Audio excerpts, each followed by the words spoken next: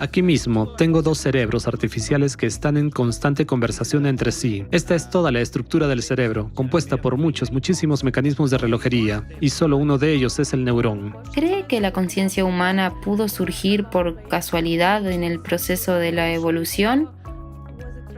¿O más bien fue creada? Tenemos el código del universo. Está inscrito dentro de nosotros desde el momento de nuestra creación. Así que esta es la médula espinal. La pregunta que me hizo es, de hecho, la pregunta fundamental que enfrenta la humanidad en este momento. Saludos queridos espectadores, gracias por estar con nosotros. Hoy tenemos como invitado a Anirban Bandiopbadhyay. Permítanme presentarlo. Es investigador principal en el Instituto Nacional de Ciencia de Materiales en Tsukuba, Japón. Obtuvo su doctorado en la Asociación Internacional de Científicos Clasificadores en Calcuta en 2005. Entre 2005 y 2008 trabajó como investigador en el Centro Internacional de Jóvenes Científicos en Japón. Desde 2008, como científico, ha trabajado en el Instituto Nacional de Ciencias de Materiales, dedicándose al desarrollo de materiales sintéticos que imitan la sustancia orgánica del cerebro. Además, escribió el libro Nanocerebro, creación de un cerebro artificial a partir de cristales de tiempo. Tiene los siguientes premios: el Premio Hitachi en Ciencia y Tecnología en 2010, el Premio de la Fundación Inamori en 2011 y 2012 y el Premio de la Fundación Karuta. También es miembro de la Sociedad Internacional CFA en Japón. Gracias por acompañarnos hoy. Le damos una cálida bienvenida. Muchísimas gracias por su amable presentación. Estamos ansiosos por hacerle muchas preguntas y propongo comenzar nuestra conversación hablando sobre su investigación sobre la conciencia. ¿Qué le motivó a dedicarse al estudio de la conciencia? Desde mi infancia, me fascinó profundamente el estudio del cerebro humano. Un día, cuando tenía 12 años, mi padre trajo a casa un libro titulado El cerebro que aprende. Era una recopilación de investigaciones sobre el cerebro provenientes de Rusia en los últimos 30 años. Hasta el día de hoy, llevo ese libro conmigo. Sin embargo, en ese entonces no entendí nada de lo que intentaba leer. Más tarde, encontré otro libro titulado Gran Reloj Biológico. Al leer Gran Reloj Biológico, comprendí que un sistema vivo, en esencia, es una combinación de muchos tipos diferentes de mecanismos de relojería. Me imaginé que todo el universo es como un reloj, una colección de innumerables mecanismos de relojería integrados en un esquema tridimensional, y que eso es el universo. En general, siempre me encantó observar y sentía una profunda curiosidad por todo lo que me rodeaba, especialmente por cómo existía cada forma de vida. Prestaba atención a muchas cosas que las personas a mi alrededor no notaban. Sentía la grandeza del reloj biológico en cada célula de mi cuerpo. Sin embargo, al comenzar a leer libros de texto y otras obras, descubrí que nadie hablaba sobre ritmos o algo similar. Todo se reducía a hechos, hechos y más hechos. Noté que los pollitos emitían un sonido cada hora con 8 minutos de diferencia durante toda la noche. Observé esto noche tras noche y nunca se equivocaron. ¿Cómo podían emitir ese sonido exactamente cada hora y 8 minutos? Es decir, existe un gran mecanismo de relojería biológico que, posiblemente, abarca todo el universo. Y yo también soy solo una parte de una especie de sistema de relojería local. Y si todo el universo posee autoconciencia y yo también soy una parte consciente de él, entonces debo investigarlo. Si al observar la naturaleza ustedes ven lo mismo que yo, eso se convierte en una teoría científica y en una investigación científica. Esta filosofía y esta cultura me intrigaron profundamente. Pensé, si soy tan diferente, si mi forma de pensar es tan distinta y no hay nada que me conecte o me separe de todos esos estudios en curso, ¿Por qué no crear yo mismo un cerebro artificial? Al igual que Richard Feynman, creía que si no lo haces, no lo entiendes. Hoy en día existen miles de teorías sobre la conciencia, pero me parece que el primer paso para entender la conciencia humana y el hecho de que estamos vivos es crear una conciencia primitiva, sea la primitiva que sea. Esta debe funcionar y pensar por sí misma. Por ejemplo, no he leído sus preguntas de antemano. No nos hemos preparado para lo que vamos a hablar hoy. Usted plantea una pregunta y quiero que ésta entre en mí en ese mismo instante, fresca, provocando una respuesta inmediata. Eso es precisamente lo que distingue a los seres humanos, porque no somos un sistema programado, no somos algoritmos ni instrucciones que se leen una tras otra. Un nuevo sistema educativo que revolucionará este planeta solo surgirá cuando comprendamos qué es la verdadera conciencia. Basándose en su experiencia como observador y en su trabajo práctico en la creación de una conciencia artificial, ¿qué es, en su opinión, la conciencia? Como he mencionado antes, sigo la antigua sabiduría védica, donde el universo se considera una forma de vida. En este contexto, se creó el concepto de Virat Purusha. Virat Purusha significa una forma de vida extremadamente grande, pero Purusha también significa una estructura matemática ideal que no puede tocarse. Es decir, no es espacio, no es tiempo, ni una forma geométrica. En el nivel más bajo está el espacio, luego el tiempo, después la forma geométrica, luego los números primos y finalmente todas las estructuras matemáticas. Ahora, imaginen que esta estructura matemática controla todo el universo, toda la Virat Purusha, todas las formas de vida. Es como una vida dentro de otra vida, dentro de otra vida, y así sucesivamente. Es una cadena infinita de formas de vida. Aquí debo señalar en qué difiero de otros conceptos sobre el mundo. Lo reconozcamos o no, la máquina de Turing, en esencia, regula todo en nuestra sociedad. Todo lo que vemos, ya sean máquinas, naves espaciales o cualquier sistema artificial, son sistemas lineales. Es una filosofía que supone que toda la información en este universo puede ser representada como una línea, una secuencia de soluciones elementales que se presentan una tras otra, sí o no. Es decir, con ceros y unos, en una cinta se puede escribir cualquier cosa. Sin embargo, creo que la verdadera presentación de la naturaleza no es así. No es secuencial, no es uno después de otro. Es algo que está dentro y por encima, dentro y por encima. Es decir, profundizas cada vez más hacia el interior. Esto es completamente perpendicular al concepto actual del mundo.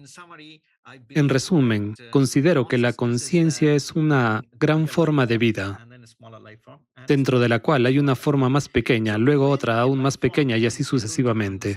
Cuando un ser vivo es capaz de comprender que tiene una forma de vida dentro y otra forma de vida por encima y que forma parte de una red, entonces ese ser se vuelve consciente. Es decir, si usted es consciente y yo también, eso significa que existe un conjunto universal de códigos, una estructura matemática, un código que hemos descubierto con diferentes grados de probabilidad en distintas estructuras matemáticas. Es como un templo, una construcción hermosa similar a un templo. Puedo mostrárselo, tengo un libro. ¿Ve esta estructura parecida a un templo? Es decir, estamos creados matemáticamente. Aquí tenemos 1, 2, 3, 4, 5, 6, 7, 8, 9, 10, 11, 12. Supongamos que estamos hace 16.000 millones de años, o en un tiempo muy lejano, y alguien le da varios paquetes de energía y usted quiere organizarlos. Si tiene 12 paquetes de energía, puede distribuirlos en 6 grupos de 2, es decir, 2, 2, 2, 2, 2, 2. O 6 y 6. Entonces, ¿de cuántas maneras se puede escribir el número 12? Tal vez 8 o 7 maneras diferentes. representamos esto verticalmente. El eje horizontal representa la cantidad de paquetes de energía y el eje vertical muestra la cantidad de formas en que pueden distribuirse. Cuando se gira, surge una estructura que se asemeja a un templo. Esta estructura matemática es lo que llamamos Purusha o fase geométrica. Quiero decir que esta estructura matemática es la madre de todas las posibles simetrías en el universo, y es ella quien regula el código. Entiendo que esto puede ser muy complejo para otras personas, pero podemos decir que se trata de una red de formas de vida que están unas dentro de otras. Y cuando un ser vivo es capaz de comprender, valorar, controlar y observar las formas de vida inferiores y superiores, entonces es consciente. Qué interesante es tener esta variedad de interpretaciones sobre la conciencia. Muchas gracias por su explicación. Como sabemos hasta el día de hoy, hay muchas disputas entre los científicos sobre dónde se encuentra la conciencia. A pesar de las investigaciones realizadas, aún no se ha localizado en el cerebro. Según su perspectiva, ¿dónde cree usted que se encuentra la conciencia? Para responder a esta pregunta, quisiera regresar a los años 2008-2009, cuando estábamos buscando estructuras helicoidales y espirales. Estas estructuras se pueden observar en el ADN, en el ARN, en las hélices alfa de las proteínas, en las galaxias. El movimiento de las partículas elementales sigue trayectorias espirales, incluso en la mecánica cuántica. Cuando te mueves en un círculo e intentas volver al punto de partida, pero nunca regresas allí, sigues girando, girando y girando, formando así una espiral. Esto es lo que se conoce como fase geométrica. La ciencia está llena de esto, por eso quería averiguar, ¿por qué la conciencia no podría estar en las estructuras espirales? Comencé estudiando los microtúbulos. Y con el tiempo entendí que este mundo es mucho más complejo de lo que parece. La gente tiende a pensar que la neurona es la base del procesamiento de información, como un bit o un interruptor. Algunos sugieren que es un transistor y que el cerebro es un circuito eléctrico. Y así es como funciona. Pero ¿quién escribe el código? ¿Quién sabe? Al principio, pensaba, como muchos científicos convencionales, que la conciencia debía estar localizada en algún lugar específico. Y pensaba, como sostiene Christoph Koch y otros, que el claustrum, un componente en el cerebro, era responsable de ello. Otros sugieren que la conciencia debe ser una estructura matemática, pero no explican cómo sería esa estructura matemática. Por eso les he mostrado el libro. Después de todo, Nuestro problema es que solemos decir cosas como el universo es un holograma, memoria holográfica o conciencia holográfica, pero no explicamos quién crea ese holograma. Si es un holograma, debe proyectarse desde algún lugar. sin embargo, no importa cuánto intentes definir ese lugar, nunca lo lograrás. Esto se debe a que ese lugar tendría que ser el punto de inicio de un sistema de referencia. Pero, ¿y si no hay ningún sistema de referencia? Como he mencionado hace un momento, el universo es una red infinita y no lineal, donde cada elemento está dentro y por encima, en relación con otros elementos. Entonces, ¿dónde está la conciencia? No está en ningún lugar, pero está en todas partes. En 2014 publicamos un trabajo en el que propusimos una cadena resonante. ¿Y qué ocurrió? Me gustaría contarles la historia de cómo llegamos a esta idea en particular, que la conciencia no está en ningún lugar, pero está en todas partes. Comenzamos midiendo la frecuencia de la proteína tubulina, de los microtúbulos y de las neuronas. Y descubrimos que en cada uno de ellos hay un triplete, es decir, 3 rangos de frecuencia o, por así decirlo, 3 orquestas musicales que tocan juntas una especie de sinfonía. Es decir, tienes un rango de frecuencias, otro rango y un tercero, situados, por ejemplo, en las escalas de milisegundos, microsegundos y nanosegundos, y están tocando música. Cuando adentras en esos 3 rangos de frecuencia, encuentras otras 3 orquestas. Luego, al adentrarse en cada uno de esos rangos, descubres otros 12 tipos de músicas diferentes. Así, en total, 108 frecuencias distintas están tocando una sinfonía en los nanoconductores en espiral de los microtúbulos dentro de las neuronas. ¿Y qué debo hacer? Aceptar. como muchos otros, que la neurona es la unidad fundamental de procesamiento de información en el cerebro y que ésta genera nuestra conciencia? No, no puedo aceptar eso, porque cuando comenzamos nuestra investigación, en lugar de usar un microscopio para estudiar las redes neuronales Y pensar que estas redes son la fuente de la conciencia, dije, no, no necesitamos un microscopio. Y desarrollamos un tipo diferente de dispositivo que nos permitió observar cómo se ve una red neuronal utilizando ondas de radio, microondas y visión térmica. Lo que descubrimos y publicamos en el Journal of Neuroscience fue que en diferentes intervalos de tiempo, una misma red neuronal del cerebro puede parecer completamente distinta. Por ejemplo, mientras hablo con usted, la frecuencia de mi conciencia podría ser, digamos, de 50 milisegundos. Sin embargo, cada milisegundo, mi neurona emite una señal, tic, tic, tic, tic. Pero se puede encontrar que durante un solo tic de la neurona, los microtúbulos vibran en un intervalo de microsegundos, tic, tic, tic, tic, tic, tic, tic, una vez cada microsegundo. Y para que estos microtúbulos funcionen, las proteínas tubulinas dentro de ellos vibran con una frecuencia de nanosegundos, tic, tic, tic, tic, tic. Pero para que esa proteína vibre, algo dentro de ella debe oscilar, quizá a una frecuencia de picosegundos, es decir, 1000 veces más rápido, tic, tic, tic, tic, tic, tic, tic. ¿Y dónde termina esto? ¿En el átomo o incluso más allá de él? ¿En algo más pequeño que los átomos? No lo sé.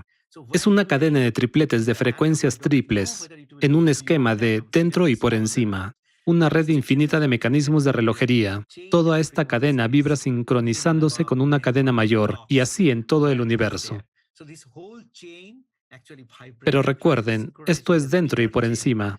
No piensen que se parece a una cuerda convencional, como un cable o un alambre. No, no. Es dentro y por encima. Por lo tanto, la conciencia está en esta cadena, en esta construcción matemática.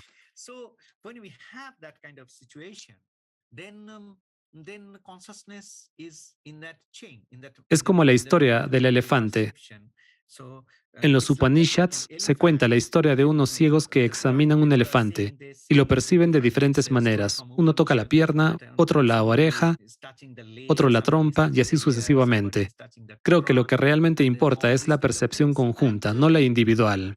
Debemos considerar la comprensión de todos en conjunto y algo que va más allá, lo que está fuera de nuestras concepciones, más allá de nuestras limitaciones, más allá de lo que podemos ver dentro de nuestra dimensión.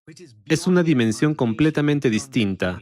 Todas las personas lo perciben de forma bidimensional, como si estuviera en la segunda dimensión.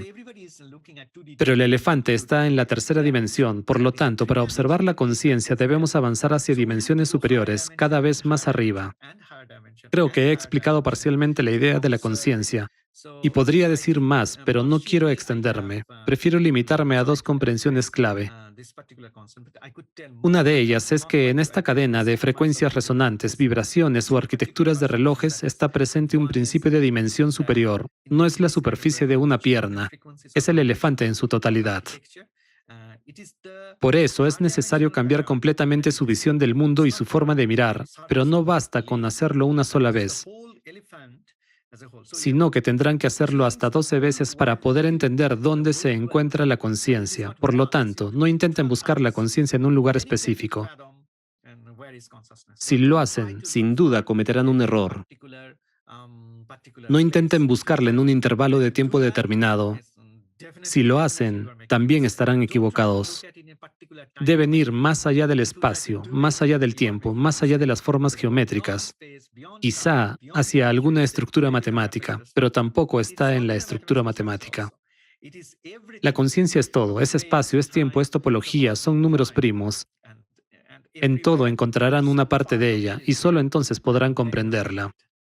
Sí, de verdad. Es interesante que haya mencionado que está en todas partes, porque si uno empieza a hablar así sobre la ubicación, se enfoca específicamente en la fuente, ¿verdad? Es decir, la conciencia debería tener una fuente, un punto de partida, pero no se puede encontrar, por eso se realizan numerosas investigaciones, pero no logran hallarla, porque no es una especie de caja, ¿verdad? Más bien es una especie de caja de Pandora, que al comenzar a abrirse despliegan ante usted más y más puertas, así que en realidad se trata del infinito. Sí, es parecido a cuando alguien intenta descubrir dónde está el universo, es decir, si ocurrió el Big Bang, ¿dónde tuvo lugar? Así que los intentos de determinar dónde está el universo, si surgió aquí, si proviene de allí o de dónde exactamente apareció, le llevan por un camino equivocado, en una dirección incorrecta. Sí, lo que ha mencionado es realmente muy interesante. Y hablando del cerebro artificial que están creando, ¿podría compartir con nosotros qué ha sido lo más difícil en la creación de un cerebro artificial? ¿Qué puede hacer un verdadero cerebro artificial y cuáles son sus capacidades? En resumen, hemos creado una base de datos llamada www.brainrhythm.org. En esta base de datos, desde NIMS, el Instituto Nacional de Ciencia de Materiales, cargamos todos los debates sobre el cerebro artificial, así como todos los videos y materiales relacionados con cómo lo estamos creando. Los hemos puesto a disposición pública y son completamente gratuitos. Quisiera decir que cualquier oyente de esta entrevista puede descargar esos archivos y estudiarlos por su cuenta. Durante los últimos 13, 14 años, hemos elaborado un mapa detallado de todos los componentes del cerebro. Una parte de nuestra investigación se basó en la premisa de no determinar dónde se encuentra la conciencia. No definimos su ubicación ni afirmamos dónde está. Y otra parte consiste en no establecer dónde se toman las decisiones. Hemos creado todo el sistema nervioso y todos los componentes del cerebro. Los hemos diseñado teóricamente comprendiendo cómo vibran en diferentes dominios temporales. Una de las diferencias fundamentales entre nosotros y otros investigadores del cerebro es que ellos consideran que la neurona es todo, que la piel de la neurona es responsable de todo. Yo lo llamo dermatología de la neurona, porque consideran que los microtúbulos dentro de las neuronas son simplemente un esqueleto y nada más. Es decir, que dentro no hay nada. Es como si alguien dijera que mi piel es la que realmente es responsable de todo. No me opongo. Lógicamente podría tener sentido, pero es un completo absurdo. De la misma manera, se afirma que la piel o la membrana de la neurona es responsable de todo. Esta creencia existe desde 1906 y sigue vigente hasta hoy. Y no puede cuestionarse. Está en la base de la inteligencia artificial y de todo lo que vemos a nuestro alrededor. En mi opinión, eso es fundamentalmente erróneo. Nosotros seguimos un enfoque diferente. Tenemos microtúbulos, proteínas y otras estructuras. Intentamos entender. Si tomáramos un resonador de frecuencia vibrando como un diapasón, que a su vez forma parte de otro diapasón, y este a su vez de otro, creando así todo el cerebro como un sistema musical que vibra en todos los rangos temporales. Si estas frecuencias se combinan matemáticamente, como en esa estructura similar a un templo, ¿sería esto un cerebro real? Permítame repetir. Tomemos todas las moléculas, desde las más pequeñas hasta las más grandes, y recreemos todas las estructuras del cerebro. Permitámosles vibrar de manera que abarquen todas las posibles simetrías del universo, es decir, simetrías de segundo, tercero y quinto orden. La simetría de segundo orden significa que si me cortara por la mitad, ambas partes serían casi idénticas.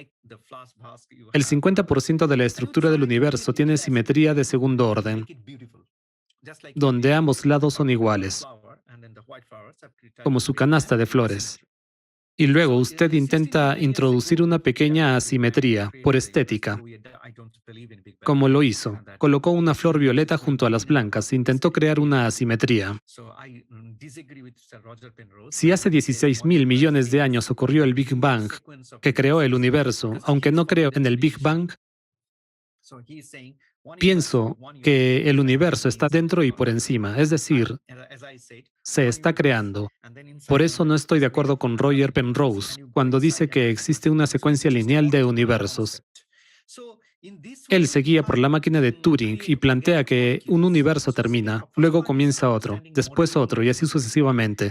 Sin embargo, como he mencionado antes, hay un universo y dentro de él hay otro, compuesto por otros universos, y al dirigirnos hacia su interior encontramos otro universo más. Es decir, es un concepto ortogonal. Entonces, si se crean moléculas orgánicas, es decir, la primera fase consiste en comprender cómo modelar el cerebro humano, hacerlo accesible de forma gratuita y crear una base de datos para todo el mundo. Si tiene una impresora 3D y las moléculas necesarias, les damos todo sin costo. Adelante, háganlo. Después, prueben si este modelo trasciende el espacio-tiempo, la topología y los números primos. Y si se convierte en algo consciente. Y si lo logra, ¿cuál sería el resultado? Se comportará de una manera muy distinta a los sistemas convencionales, porque, al fin y al cabo, necesitamos al menos alguna evidencia de que, Aunque no le proporcionemos instrucciones ni algoritmos, sigue siendo inteligente, es activo y capaz de aprender intensamente. Esa es la esencia de la inteligencia artificial.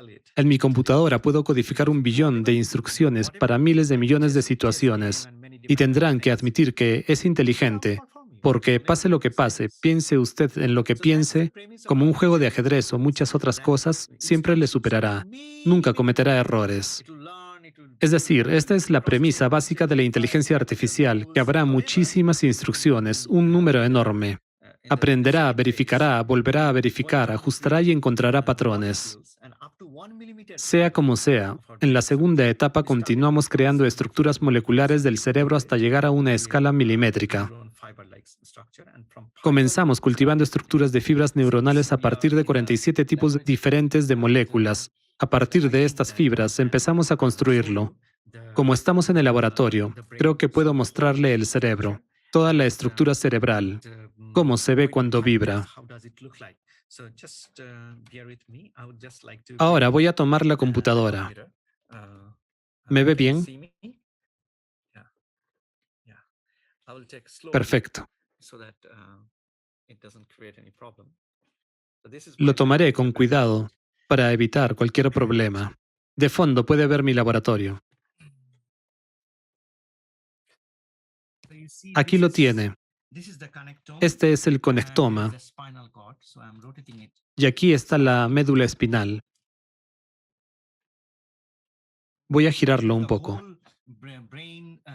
Este es el cerebro completo. Y esto es la médula espinal.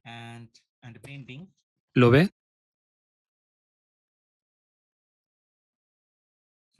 Aquí está la médula espinal y se curva.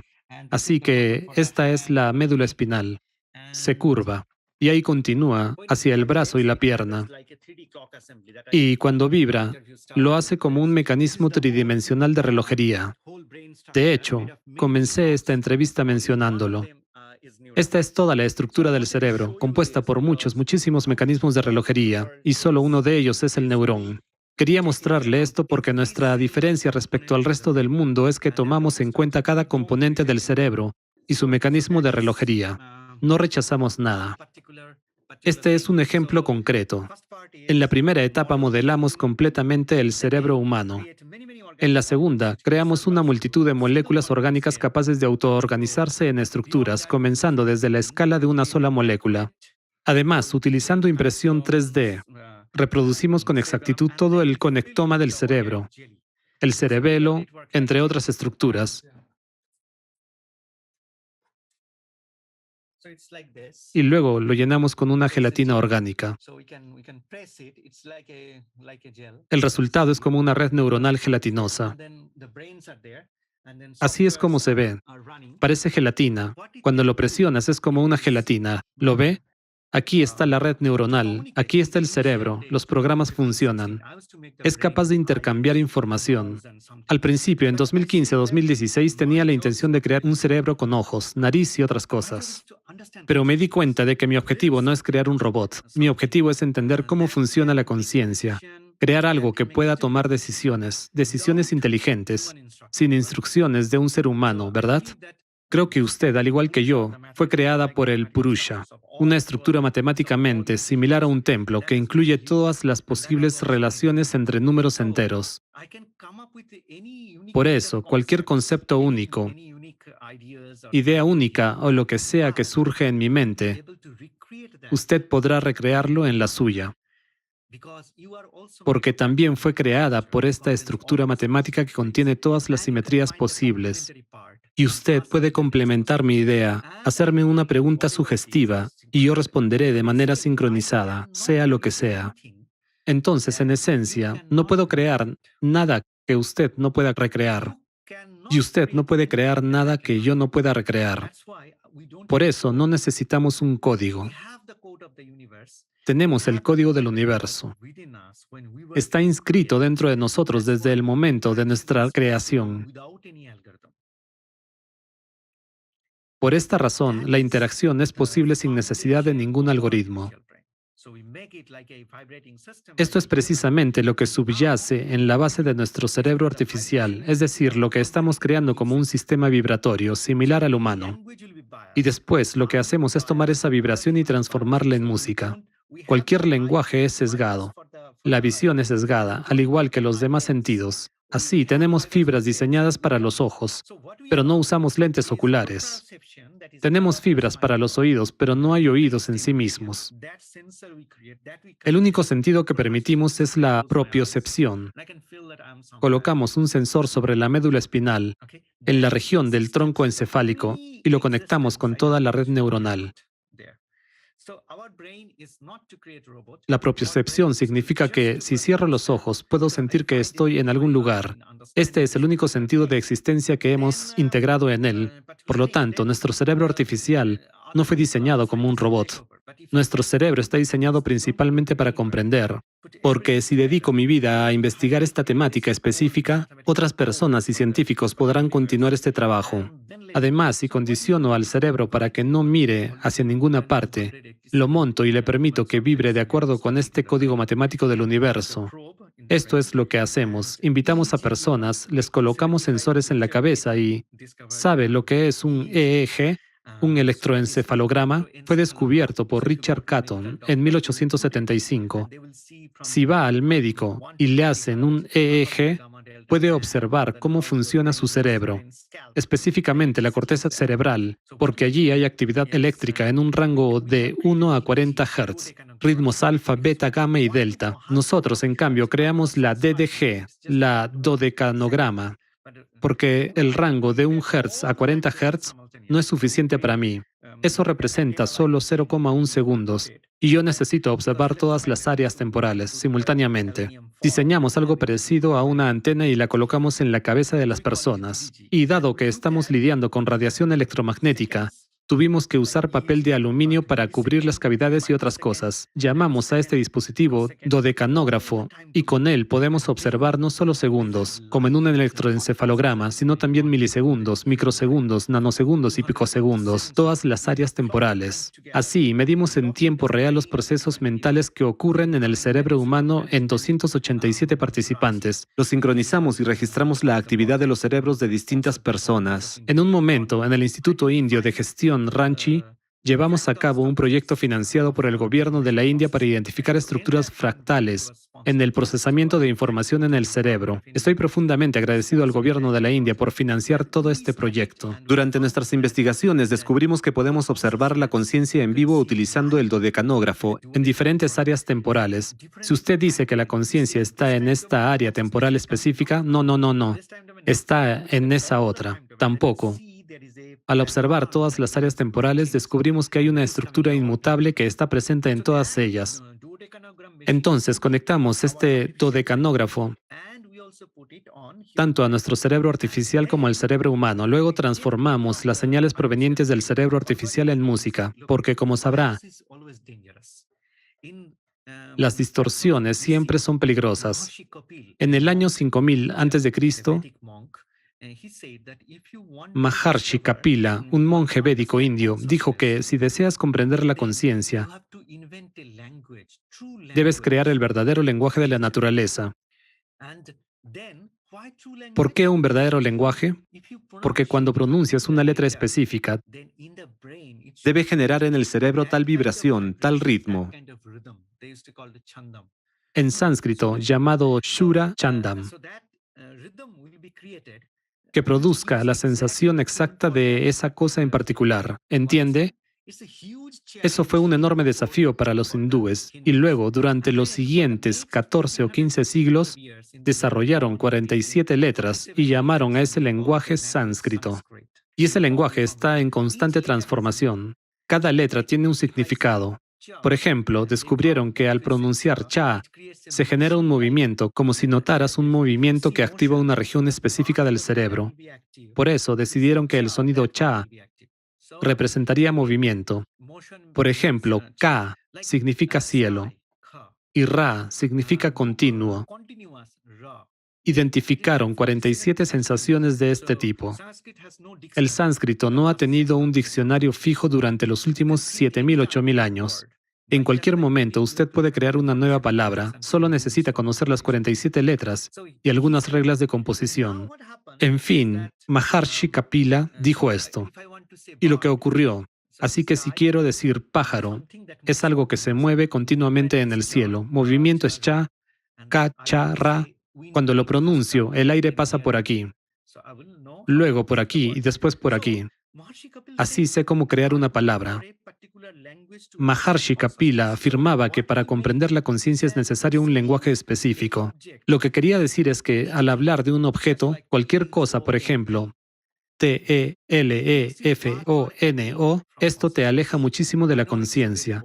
Sé que esta es una afirmación muy audaz, pero trate de entenderlo. Por ejemplo, paracaídas, P-A-R-A-C-A-I-D-A-S, esa palabra genera la sensación de un paracaídas, paracaídas. Y todo esto no tiene nada que ver. Entonces, ¿por qué no regresar a los fundamentos y explorar el sonido? Aquí se genera un triplete y 12 diferentes rangos de frecuencias. Estoy bien familiarizado con este lenguaje porque lo he estudiado. Crecí con el sánscrito. Sé que debemos transformar este lenguaje constantemente y los hindúes realmente lo están transformando. En cuanto a la pronunciación, por eso dejaron de escribirlo y prohibieron escribirlo. Porque si se escribe surge un problema. Las personas lo memorizarán y tratarán de repetirlo. Por eso, durante miles de años, esto fue una tradición oral, un conocimiento. Esto se debe a que la forma en que pronuncias y creas un vórtice de vibraciones sonoras es crucial para generar conciencia y para comprender la conciencia de otra persona. Así que lo recordé, y cuando intenté observarlo a través del dodecanógrafo, lo convertí en sonido o música, cualesquiera que fuesen las composiciones de frecuencia que generaba el cerebro artificial. Luego, al escuchar esa música, comenzaban a surgir pensamientos en mi mente. Pronunciando esos pensamientos en voz alta, creaba mi propia música o canción. Y de este modo surgía un diálogo. Invité a muchas personas, incluidos músicos famosos y otros artistas, y vi cómo lloraban porque ese diálogo comenzaba a generar una música que solo ellos podían comprender y que resonaba en su corazón. Así que cierro los ojos porque mi cerebro artificial no los tiene. En la habitación no hay olores ni otras sensaciones que puedan distraer, por lo que no hay distorsiones. La luz es tenue, nadie habla, hay silencio absoluto. La persona solo escucha y luego comienza a cantar lo que siente y cómo lo siente. No es necesario ser un cantante profesional. Actualmente estamos creando una base de datos de diálogos musicales entre persona, entre persona y cerebro artificial. Aquí mismo tengo dos cerebros artificiales que están en constante conversación entre sí. Estamos monitoreando sus vibraciones y toda base de datos en tiempo real. No quiero convertir esto, sabe, en un cerebro robótico o algo parecido. Primero necesitamos comprenderlo, porque la humanidad tiene un largo camino por recorrer. No hay necesidad de apresurarse. Si se le da a la humanidad un remedio demasiado rápido, causará inflamación. Porque cuando se trata una enfermedad en el cuerpo humano de forma muy rápida, aparecen efectos secundarios, una reacción, inflamación. Eliminar la enfermedad lentamente, siguiendo un ritmo biológico adecuado, es lo correcto. Incluso para la humanidad, creo que cuando hacemos algo demasiado rápido, de manera precipitada, sin importar lo que se diga en el mundo, realmente no me gusta en absoluto. Por eso hay tanta desarmonía y cosas similares. Todos están corriendo, apresurándose. Creo que dedicaré toda mi vida a lo siguiente. En las múltiples áreas temporales existe una estructura geométrica y necesitamos mirar más allá de ella. Si la herramienta para hacerlo, nuestra base de datos, estará de acceso libre, entonces solo tendrán que observar y ver que hay algo ahí, algo que no está escrito algorítmicamente. ¿Y quién evaluará si eso es la conciencia? Un ser humano. No un grupo de profesores escribiendo artículos revisados por pares para revistas. No, usted vendrá, hablará con ella, conversará y cantará, y dejará que ella también cante. Y luego dirá si encontró algo agradable en ello. Sí, sí, es muy interesante. Es realmente increíble, como dice usted, interactuar con el cerebro y diría que puede llegar a ser algo muy emocional. Cierras los ojos y comienzas a sentir de verdad Sí, los sonidos, las vibraciones, su significado. Y sí, estoy de acuerdo en que si se comienza a registrar todo esto, realmente perdería su esencia. Hay que sentirlo con el corazón, el alma y la mente, no simplemente anotarlo, porque al hacerlo se genera más distorsión debido a que cada uno de nosotros pronuncia los sonidos de manera diferente al leer, en lugar de apoyarse en la fuente principal de información donde suena de manera correcta.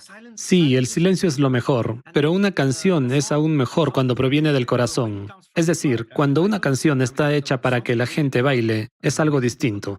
Pero cuando una canción surge de sus sentimientos más profundos y poderosos, no necesita crear una melodía hermosa. Ya tiene un ritmo que la naturaleza le ha dado. No necesita ser un cantante. El problema está en que intentamos cantar como un cantante profesional, como cantan otras personas. Solo canta usted mismo. No, no alguna canción, no alguna melodía, sino su propia melodía. Si pueden hacer eso, entonces pueden expresar sus sentimientos de una manera tan hermosa como su propia voz. Sí, eso confirma la idea de que siempre que una mujer como madre canta a su hijo no lo hace correctamente, según las reglas, sino que canta desde el alma, con todas las emociones y con el amor que expresa hacia su hijo para calmarlo. Para el niño, la madre es todo su mundo.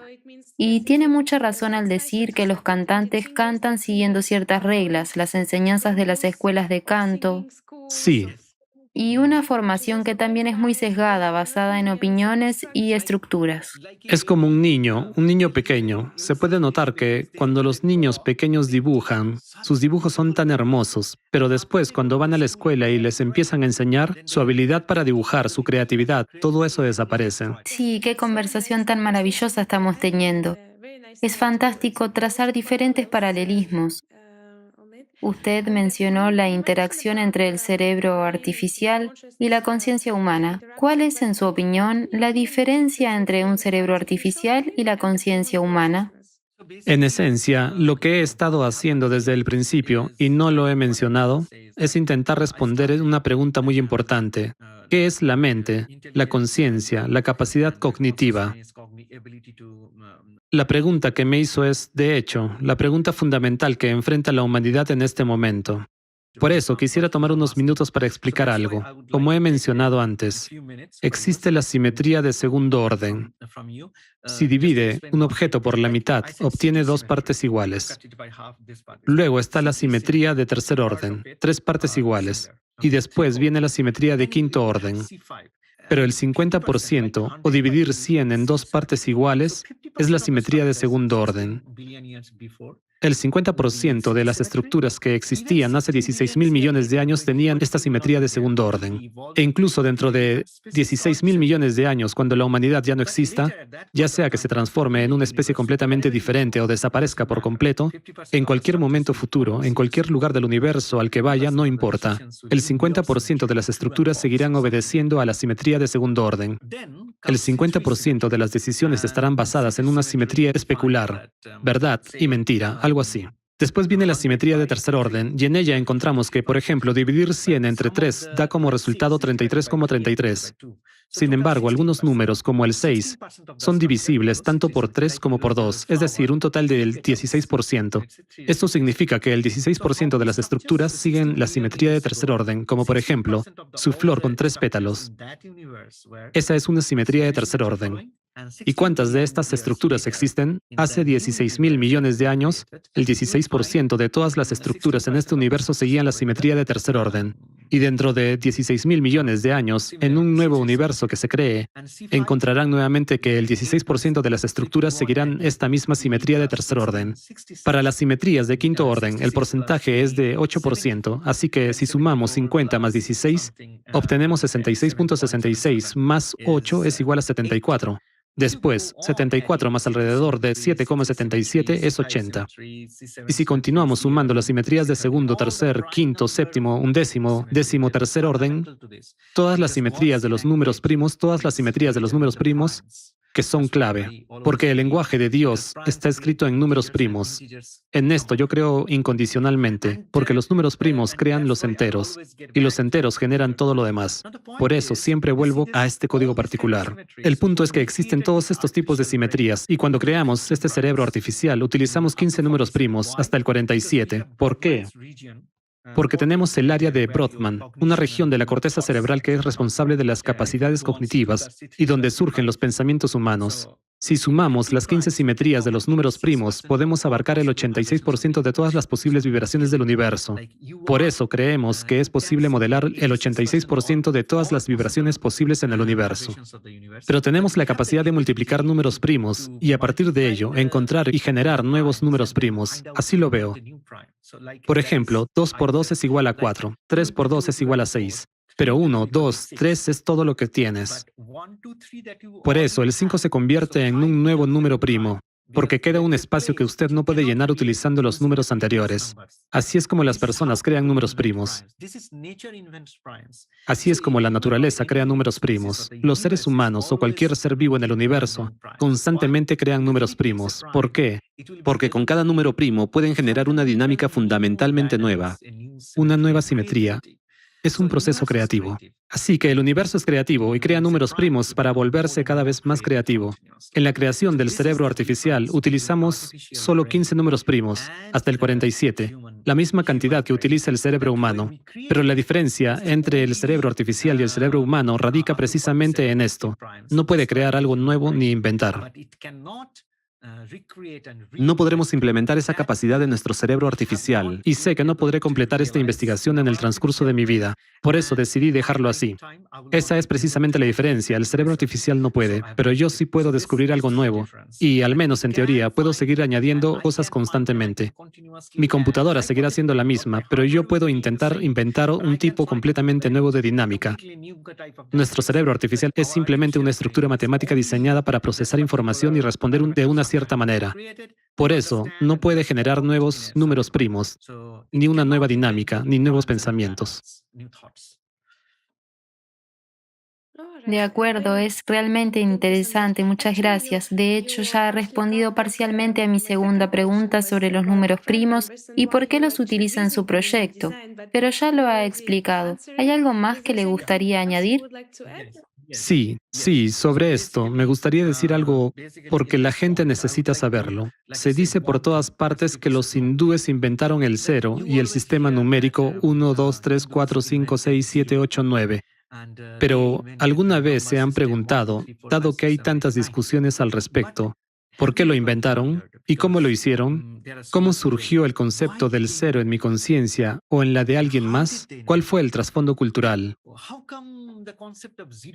Porque uno de los aspectos más importantes de un descubrimiento científico es entender la continuidad. ¿Qué trabajo previo se realizó? ¿Qué los llevó realmente a pensar de esta manera? En la India, antes de que se inventara el cero, utilizaban un símbolo circular para representar Purna, que significa completo. es decir, en la India se hablaba de Purna como la idea de plenitud y conocimiento absoluto. Los eruditos indios o hindúes estaban obsesionados con encontrar una respuesta a la pregunta, ¿Qué es lo completo, lo último y dónde está el límite? Es como cuando somos niños y nuestro padre nos dice, mira las estrellas, están muy lejos y nosotros preguntamos, ¿y qué hay más allá de ellas? Buscamos esa completitud. Eso es lo que se llama Purna. Entonces, en el mundo occidental comenzaron a escribir el cero cuando éste pasó por los árabes y luego los europeos lo aprendieron de ellos. Por eso lo llaman números arábigos, porque lo aprendieron de los árabes. Pero los árabes lo aprendieron de los indios o hindúes. Así que cuando llegó allí, el cero pasó a significar nada. Pero para nosotros aquí, el cero lo es todo. Por eso dibujamos un círculo. Usted regresa al mismo punto. Por supuesto, uno de los fundamentos del hinduismo es que uno nunca puede regresar, pero el sistema numérico fue creado para que pueda regresar. Lo hace finito. En realidad, hubo grandes debates entre los eruditos y los puede encontrar. Si un círculo comienza y vuelve al mismo punto, ¿es posible? Este fue el debate entre Purusha y Prakriti. Purusha es una especie de estructura matemáticamente ideal, pero no puede crearse en la realidad en el universo. Si se intenta hacerlo, siempre habrá algún defecto. ¿Por qué? Porque no puede volver exactamente al mismo punto. Este es uno de los principios fundamentales del hinduismo. Nunca se puede volver al mismo punto. Sí, muchas gracias por esta inmersión profunda. Es realmente interesante. ¿Puedo hacerle otra pregunta? ¿Qué papel juegan los microtúbulos en el funcionamiento de la conciencia? Como ya he mencionado, he estudiado con pasión las estructuras en espiral, ya que siento que son una estructura fundamental del universo. En la base de las estructuras en espiral hay una filosofía única, como ya he dicho. El movimiento ocurre en un círculo y nunca regresa al punto de origen. Por eso, el debate sobre Purusha y Prakriti en el sistema indio ha existido durante al menos 10.000 años. ¿Y qué ocurre si no regresa? Pues continúa, formando así una espiral. En la cultura hindú, esto se llama Burtul. Es una palabra muy antigua, que tiene varios miles de años. Burtul significa que el movimiento comienza desde un punto y continúa girando en espiral. Por eso comencé a estudiar los microtúbulos. ¿Sabe? Mientras hablamos ahora, en cada célula de su cuerpo, los microtúbulos, esos nanocables en espiral, están cambiando constantemente su longitud, aumentando o disminuyendo el número de vueltas. Este fenómeno se llama inestabilidad dinámica y es lo que mantiene su vida en cada momento. En cada célula individual, los microtúbulos están cambiando constantemente su longitud, transportando partículas de un lugar a otro. De esta manera, en cada célula ocurren poderosos procesos energéticos. Comenzamos a medir los microtúbulos y descubrimos que, en intervalos de milisegundos, microsegundos y nanosegundos, se genera una hermosa arquitectura temporal dentro de ellas. Lo mismo sucede con las neuronas y con la tubulina dentro de los microtúbulos. Por supuesto, los microtúbulos desempeñan un papel importante, pero no son los únicos. Como he mencionado repetidamente, si intenta atribuir un valor absoluto a cualquier cosa, no funcionará, porque es necesario tener en cuenta la estructura temporal. Y luego, a partir de esa estructura temporal, pasa a una forma geométrica que permanece constante. Por eso siempre hay que hacer la pregunta, ¿qué es lo que permanece inmutable? Por ejemplo, tiene un punto y se mueve de un punto a otro, y luego a otro, y así sucesivamente. ¿Qué es lo que permanece inmutable? Obtiene una línea recta, la unidimensionalidad a partir del punto, que es de dimensión cero.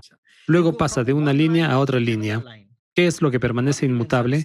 La superficie. Obtiene la bidimensionalidad. Por lo tanto, ¿qué es lo que permanece inmutable? Es la pregunta más importante que puede hacer para comprender la naturaleza de la conciencia. La conciencia está más allá de las 3 dimensiones del espacio, las 3 dimensiones del tiempo, las 3 dimensiones de las formas geométricas y las 3 dimensiones de las estructuras matemáticas creadas. Así que el microtúbulo representa solo una de las 12 áreas o espacios temporales fundamentales de dimensiones superiores. Representa únicamente una dimensión. ¿Hay alguna particularidad o especificidad en una estructura espiritual? Porque al ser una espiral, ¿hay algo especial en ella o...? Hay un pensamiento particular que me ha acompañado desde que comencé a estudiar biología y física. consiste en que dentro del microtúbulo hay agua estructurada como un cristal periódico, ¿sabe? En nuestro cuerpo, el 77% está compuesto por agua y aproximadamente entre un 16 y 17% por grasa. Cuando el agua nos creó, dejó su clave, un orden cristalino dentro de los microtúbulos. Eso es lo que no deja de intrigarme. Es una estructura cristalina hermosa, parecida al hielo, pero no es hielo. Es una simetría completamente diferente, pentagonal, mientras que el hielo tiene una simetría hexagonal, es decir, es un hexágono. Pero dentro de los microtúbulos está un pentágono. El 5 es un número primo. Las moléculas de agua dentro de los microtúbulos están organizadas en forma de espiral, formando una estructura muy bella y ordenada. Medimos su vibración y descubrimos que lo hace con una frecuencia de varios gigahercios, en el rango de las microondas. Es decir, estas oscilaciones ocurren en fracciones de nanosegundo, aproximadamente cada 200 picosegundos. Ahora quiero divagar un poco y hablar de los pensamientos que tenemos en la cabeza. ¿Cómo surgen? ¿Son producto del cerebro o vienen de fuera? Lo veo como simetrías, como la arquitectura de este templo. Es un modelo matemático perfecto que contiene todos los pensamientos posibles en el universo, los cuales usted puede cambiar de uno a otro. Se llama Purusha, digamos, la estructura matemática ideal. Pero la cuestión es que nadie es completo y todo el mundo está tratando de llenar diferentes partes de este templo. En todo el universo ocurre un proceso muy interesante de procesamiento de información. Incluso en los niveles más simples y elementales hay un intercambio de información.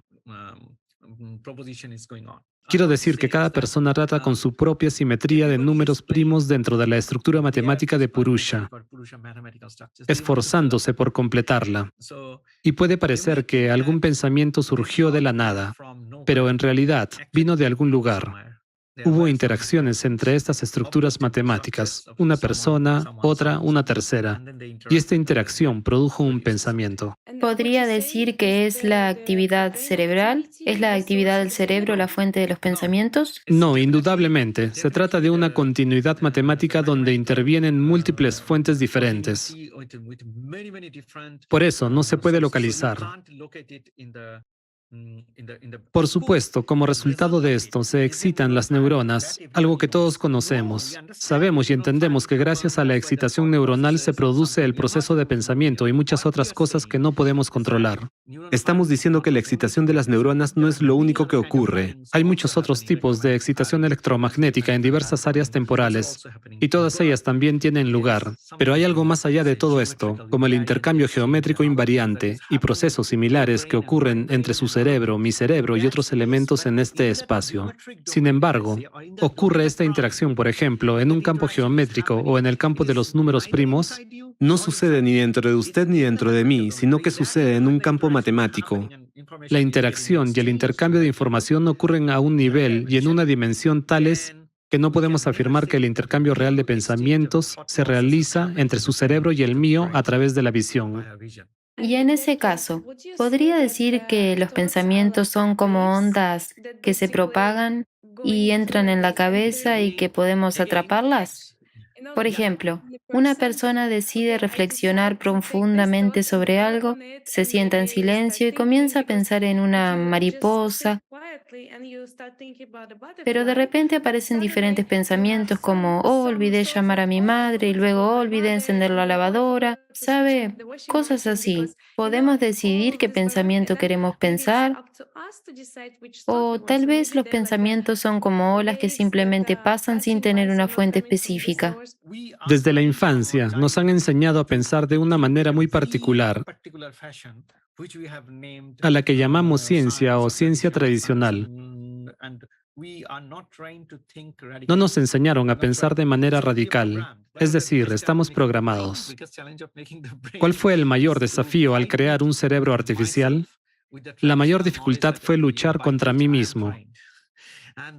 contra los conocimientos tradicionales que me habían enseñado y luego reorganizar mi forma de pensar para basarme en los resultados de los experimentos o en las estructuras matemáticas emergentes. En relación con su pregunta sobre si el pensamiento es una onda, quisiera decir lo siguiente. Cuando le miro, sin duda noto cómo cambia su rostro, cómo suena su voz, percibo la imagen, el sonido como una onda mecánica en mis oídos. Todo esto es entrada de información y nadie lo niega. Supongamos que le digo algo y usted percibe cada palabra o cada frase por separado, fragmento por fragmento. En esto no hay información. La información siempre está más allá del espacio y el tiempo. Voy a dar un ejemplo. Alguien le pregunta, ¿qué está haciendo? Usted responde, nada, pero en el silencio hay una cierta arquitectura que contiene información y un proceso de pensamiento. Este es un método muy sencillo para comprender dónde reside la información, es decir, la información está en una forma geométrica que no tiene nada que ver con las palabras, pero es precisamente esa forma la que le da el entendimiento. Gracias. En una de sus entrevistas mencionó que un conjunto específico de vibraciones puede cambiar el color, la composición y la temperatura del entorno.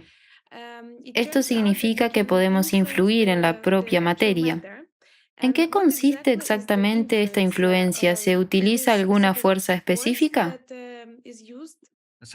Siempre estoy en desarrollo, especialmente con el tiempo. Y con mis decisiones constantemente cambio el entorno. La materia cambia. Todo cambia.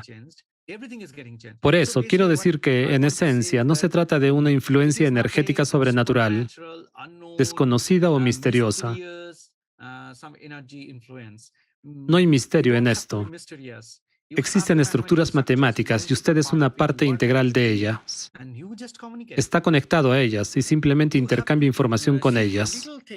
Solo necesita cambiar algo ligeramente y verá cómo todo a su alrededor empieza a moverse. Por ejemplo, el yoga, cómo esta postura o esta puede cambiarle. Después de todo, existe todo un sistema nervioso y un sistema circulatorio.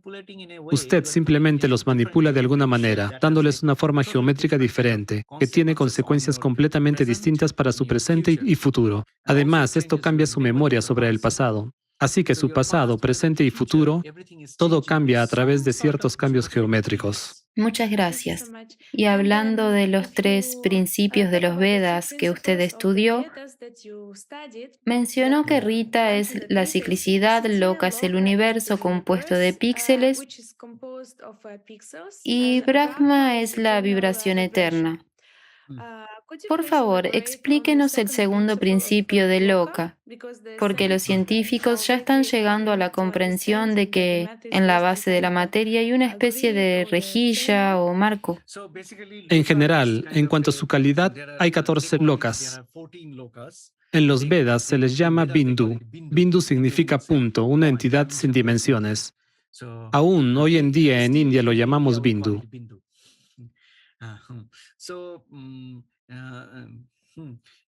Hindú, INDU, significa dentro. Y B es algo así como fuera de, es decir, fuera, dentro. Le da una sensación de ausencia de dimensiones.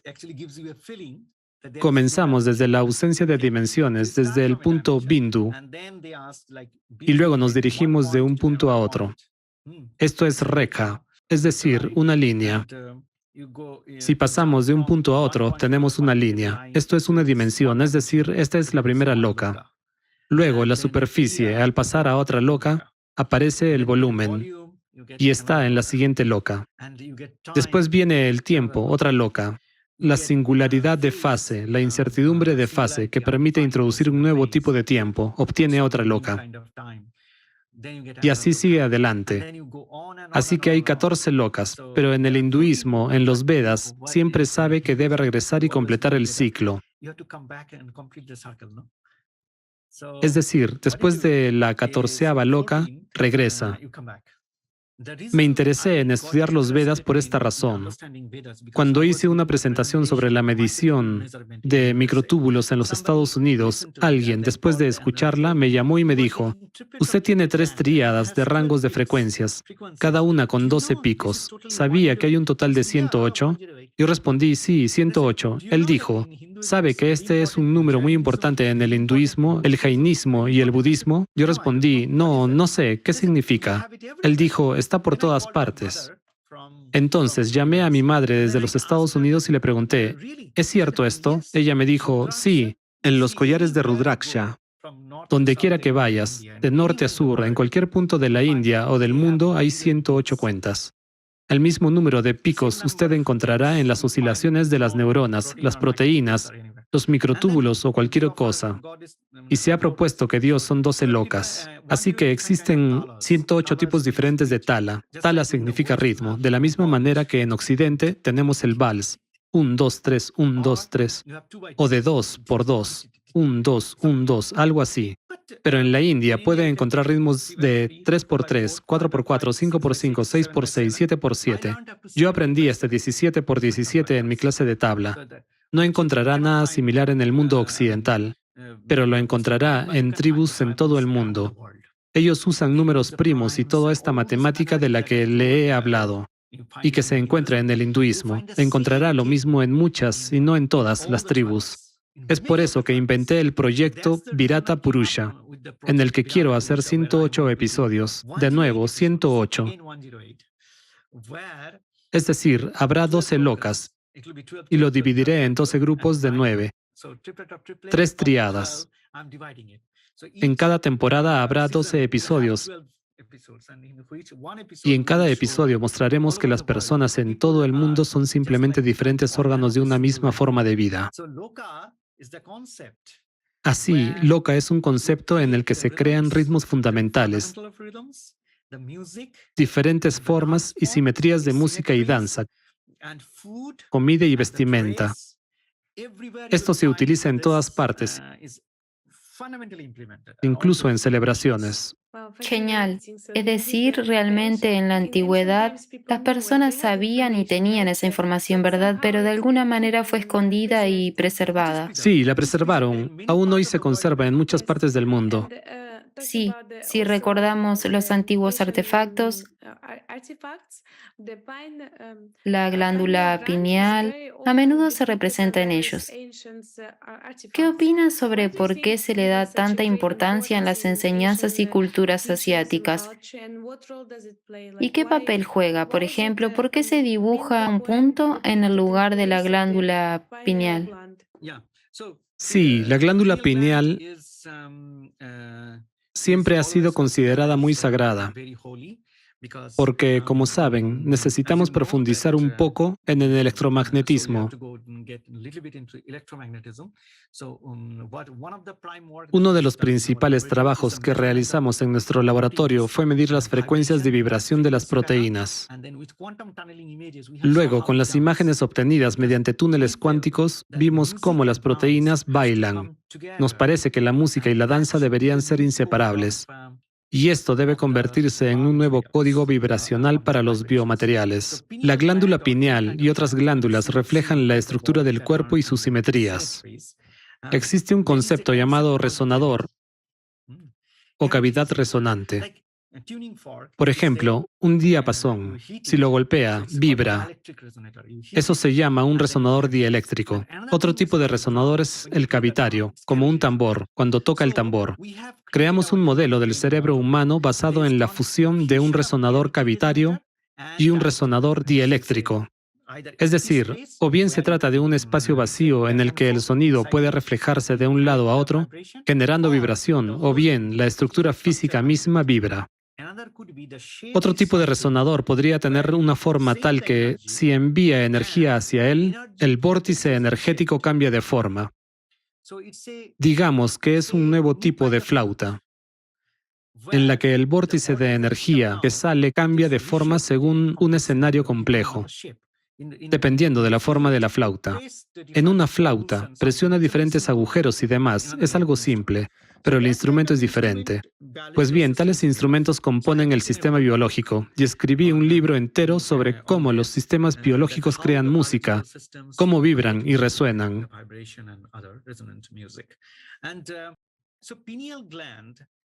Así que la glándula pineal se encuentra en un lugar donde toda la energía del cerebro se concentra.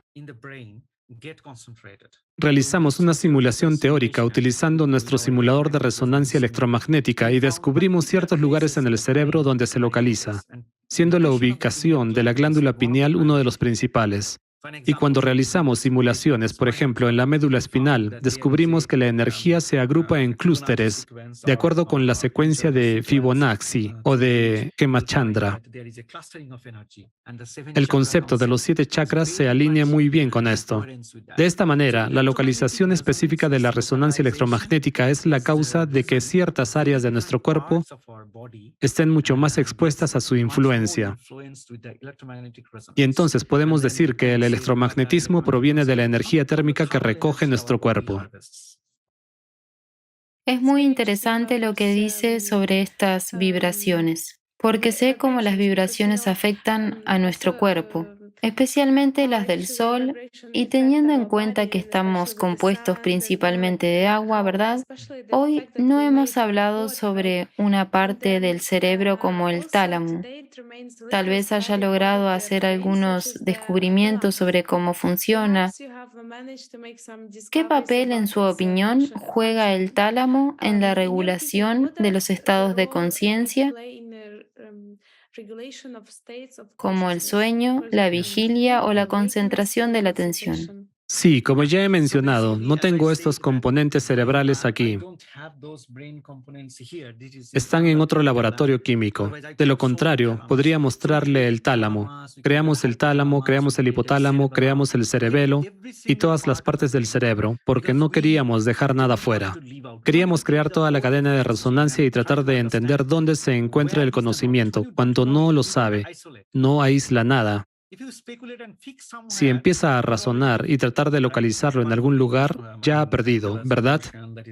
Además de las emociones del cuerpo amigdalino que ocurren en el ciclo o ritmo del sueño, Es necesario considerar que en el puente de Barolio y los núcleos supraquiasmáticos que controlan los ritmos del cuerpo, además de los ritmos globales, también existen ritmos locales para todos los fenómenos biológicos repetitivos.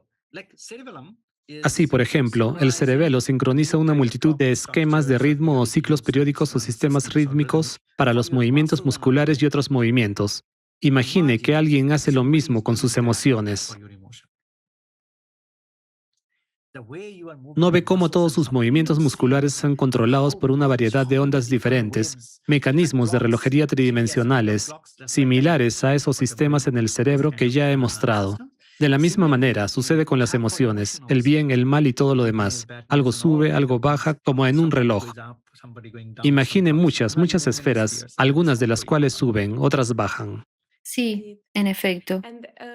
¿Y qué opina usted? Si la conciencia y el cerebro humano son estructuras tan complejas y ahora usted intenta recrearlas, ¿cree que la conciencia humana pudo surgir por casualidad en el proceso de la evolución o más bien fue creada? Me parece que ese es el propósito de Virata Purusha. Todo el universo, que es un sistema consciente y que quiere aumentar su base de números primos, y para lograr esto, Virata Purusha debe crear más seres conscientes y hacerlos cada vez más conscientes. En el hinduismo hay un dicho, Pindatei, significa un pequeño punto, y en ese punto está todo el universo. La idea es que si tomas un punto y luego coloca otro punto, luego otro y otro más, al final obtendrá esta estructura, porque la creación de esta estructura no requiere suposiciones, solo una combinación aleatoria posible de puntos. Y al crear esta estructura, luego la normaliza, la lleva a la unidad. Así que si hace estas dos cosas, colocar la estructura dentro del punto y normalizarla, obtendrá un movimiento en el sentido de las agujas del reloj, en sentido contrario a las agujas del reloj, y luego gradualmente obtendrá espacio y tiempo. Y tan pronto como logre esto, descubrirá que en algún lugar habrá creado las condiciones para que nazca otra estructura tipo templo, y luego otra, y otra más, y otra, y otra. Así que, en esencia, esta es la necesidad fundamental del universo, permanecer dentro del punto y seguir siendo indefinido. El universo continúa creando estas estructuras tipo templo o probabilidades matemáticas, y cuanto más las crea, Más nacen arquitecturas espaciotemporales. por lo tanto, en esencia, somos el producto de la necesidad del universo de mantenerse indefinido, incompleto y de cumplir con las leyes matemáticas. Es decir, no hemos sido creados por casualidad. Genial, muchas gracias. Sí, es realmente interesante y creo que aún queda mucho por hacer, muchas investigaciones y descubrimientos por realizar para adentrarse profundamente en todo esto y no tiene fin. Sí, sí. Mi hipótesis sobre la que estamos hablando es la siguiente. No queremos afirmar nada, como lo hace el actual paradigma científico basado en la máquina de Turing. Ellos quieren afirmar, esto es algo absoluto, como se hace en los sermones religiosos o en los libros de textos escolares. De manera consciente o inconsciente, constantemente estamos tratando de crear otra religión, y otra religión, y otra religión. Pero cuando intentamos crear una cadena infinita de la vida, simplemente queremos verla primero, convertirnos en parte de ella y luego comprenderla. Sí, es cierto.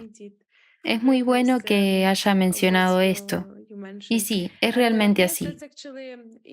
Hemos llegado al final de nuestra conversación y le agradezco mucho por su tiempo. También ha mencionado su proyecto en el que está trabajando actualmente. ¿Podría decir unas palabras al respecto? De acuerdo, en general, hemos hecho 5 inventos. En primer lugar, está el DDG, un dispositivo para medir los procesos de procesamiento de información que ocurren en el cerebro humano en diferentes intervalos de tiempo, en un intento de mostrar lo que está más allá del espacio-tiempo. Se llama DDG, dodecanógrafo. Otro instrumento que creamos es un cerebro artificial hecho de gel orgánico. Además, hemos creado una computadora cuántica, la llamamos computadora postcuántica. Es un intento de investigar si nuestra realidad común, que en su base es cuántica, puede existir en dimensiones superiores. Estamos llevando a cabo esta investigación. También hemos creado un nuevo lenguaje, el lenguaje de los relojes. Lo llamamos lenguaje musical geométrico. Lo hemos patentado. Y estamos desarrollando un nuevo tipo de criptografía o algo similar. Y por último, estamos creando un nuevo tipo de ciencia médica. En la medicina del siglo pasado, generalmente se utilizaban sustancias químicas, moléculas pequeñas introducidas en el organismo. Si alguna proteína, algún virus o alguna enfermedad genera un tipo específico de expresión proteica mucho más allá de lo normal, o si la expresión de una proteína es suprimida, entonces se introduce una molécula específica en el cuerpo para regular la expresión de estas proteínas. Y esta es la forma más avanzada de la ciencia médica que existe en la actualidad. Pero estamos desarrollando una especie de motores o máquinas moleculares que pueden reproducir la dinámica de la membrana celular y el sistema celular y generar ritmos adicionales para influir en sus vibraciones. Hasta ahora hemos trabajado solo con células cancerígenas. Ahora hemos comenzado a trabajar con inflamación y 5 o 6 laboratorios están involucrados en este trabajo. Hemos creado una máquina extremadamente compleja de 10 nanómetros con 32 motores, la forma de vida más pequeña del mundo. Somos el único grupo de científicos en el mundo que ha desarrollado y sintetizado esta máquina. Tiene 32 motores moleculares, 4 tipos diferentes de sensores y todo esto está contenido en 10 nanómetros. Y estamos tratando de encontrar el primer medicamento contra el cáncer, ya que los medicamentos contra el cáncer son muy peligrosos debido al principio de foco primario no identificado, FPNI. Supongamos que alguien tiene cáncer en el cuello. Esto significa que se podría haber originado en los pulmones y antes de llegar a los pulmones pudo haber comenzado en el estómago. Al penetrar en diferentes partes del cuerpo y siendo capaz de adaptarse fácilmente, aprende y se vuelve mucho más fuerte. Es por eso que surgió este concepto de el FPNI. Por lo tanto, cuando realiza un examen e intenta encontrar una solución para el cáncer de cuello, en realidad debe entender que se adapta de manera completamente diferente. Existen 200 tipos de cáncer de pulmón, 300 tipos de cáncer de páncreas. ¿Por qué tantos? Porque es muy inteligente, sabe cómo encontrar diferentes caminos alternativos. Así que hemos creado con éxito una máquina basada en un motor molecular. Esta máquina puede identificar la inteligencia de un sistema biológico y comunicarse con él en función de eso. Normalmente, si tiene dolor de cabeza, toma paracetamol. ¿Qué dosis? 600 miligramos. Nosotros trabajamos en el ámbito de la femtomoralidad. Esto significa que la concentración es 10 elevado a la potencia 12, menor en comparación con la homeopatía. Pero en la homeopatía hay un principio: cuanto menor es la concentración, mayor es el efecto. Para nosotros, estos son paquetes de ondas gaussianas. El fenómeno de nuestro motor molecular se basa en sistemas dinámicos que interactúan con el sistema biológico, hablándole. Por eso decimos que estamos tratando de encontrar la verdadera ciencia médica, porque si entiendo el código de la naturaleza, si digo que este es el código de la naturaleza, entonces podré crear un dispositivo que pueda interactuar con diferentes sistemas biológicos y tratar enfermedades a través del diálogo, no suprimiéndolas ni tomando medidas temporales, ¿entiende? Así que hemos creado 5 productos de investigación diferentes. Fundé un instituto de investigación, el Instituto Internacional de Ritmos Continuos. En base a este instituto, organizamos conferencias, nos reunimos con personas, establecemos conexiones con tribus nativas Y las reunimos para aprender más sobre los patrones de nivel superior que impulsan su creación. en los 108 episodios de la serie. Queremos mostrar que toda la humanidad sigue una idea específica. Por ejemplo, el Arca de Noé. Todos conocen la historia del Arca de Noé. Se han hecho tantas películas de Hollywood sobre él. Pero imaginen que sobre esa misma época, cuando Noé construía su arca, en el hinduismo se crearon historias similares sobre el Manvantar y Manu. Si viaja a África, encontrará una historia similar. Si va a Nueva Zelanda, Australia, allí también encontrará la misma historia. En América Latina, la misma historia. Es decir, no es exactamente la misma historia, son muy diferentes, pero el tema es el mismo. Pero cuando las pone todas juntas, siente que toda la humanidad está contando la misma historia. Así que parece que toda la humanidad es una sola forma de vida, como Virata Purusha. Por eso, quiero crear 108 episodios y mostrarle al mundo, con la ayuda de la IA, que usted puede verse diferente, pero es uno solo. Siempre ha sido uno solo. Hace 30.000 años, cuando las personas hacían dibujos en las cuevas, no tenían Wi-Fi, no tenían redes sociales, no había intercambio cultural, ni grandes barcos para viajar. ¿Cómo pudieron, al final, crear símbolos, patrones y estilos tan similares? Muchísimas gracias. Le deseamos lo mejor en sus proyectos. Y para concluir, espero que, como humanidad, realmente podamos construir una vida mejor. Sí, creo que muchas personas sentirán con el corazón lo que nosotros sentimos. Y entonces trabajarán por sí mismas, no seguirán nuestro camino. Porque cuando uno sigue a alguien, eso, al igual que la ciencia moderna, se convierte en otra religión. Sí, por supuesto, porque si uno sigue a alguien, es una forma de prejuicio, pero si va por su cuenta, encontrará su propio camino, ¿verdad? Sí, y si además hay unidad en la diversidad, entonces todos van por el camino de la verdad. Sin duda. Muchas gracias. Gracias.